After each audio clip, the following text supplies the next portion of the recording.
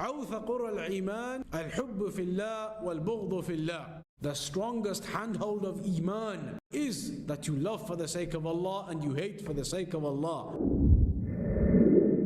Innovations begin small. When something is small, a tiny thing that opposes the Sunnah, a person thinks it's so minor. It's a minor thing, it can pass. But slowly those minor things, they start to grow and they start to develop into something bigger. But the longer they carry on developing with you side by side, the less sensitive you become to them.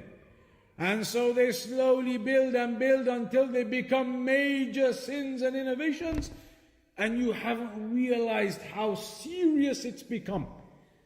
Because when it started, you thought it was minor, it's passable, it's nothing big. My friends of mine, they don't do much. They're okay, they're decent, they don't go to the mosque often or hardly, but they're good guys. They don't drink alcohol, they don't smoke even. But then slowly what happens?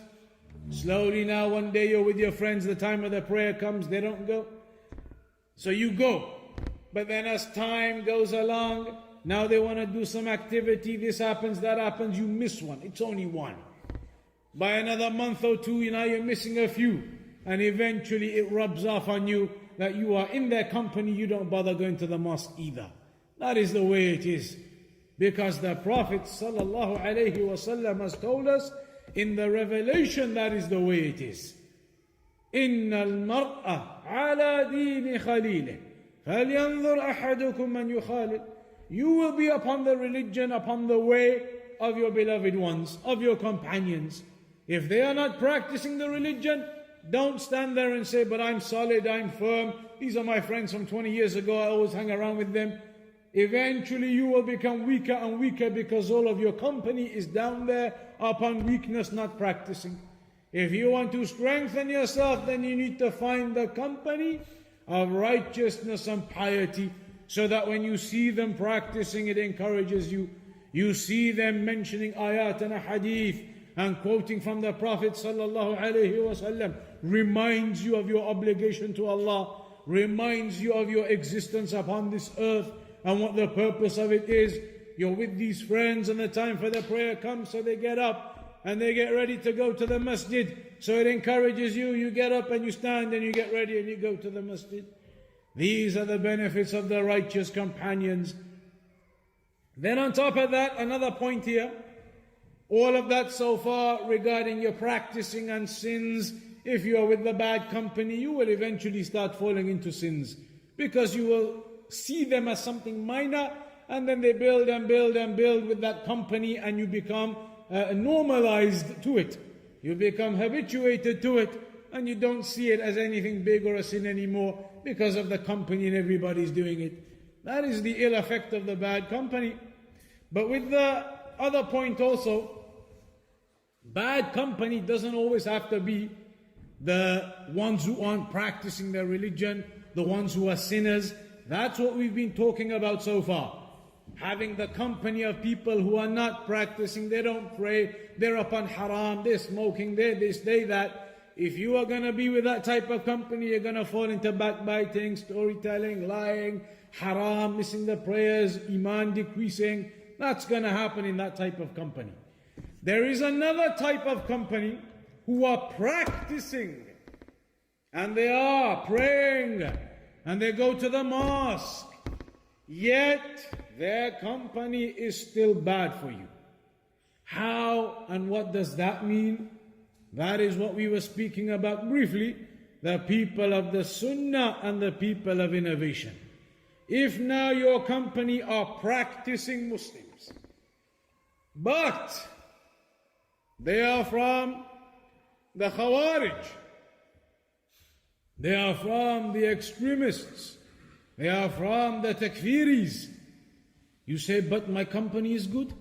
These people, they pray, they fast, they go to the mosque, they read in the Quran all the time. Righteous company or not? It is not considered righteous company. People of innovation are not righteous company. How? because of the narration we just quoted, إِنَّ الْمَرْءَ عَلَى دِينِ خَلِيلِهِ فَلْيَنْظُرْ أَحَدُكُمْ مَنْ يُخَالِلُ. You will be upon the religion of your beloved one. So look to whom you accompany.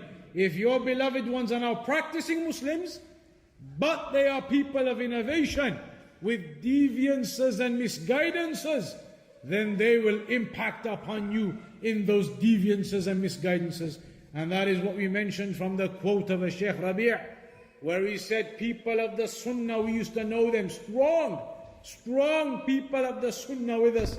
When they began accompanying the deviants, the people of innovation, then slowly they started falling back and back and back until they fell in with those people of innovation.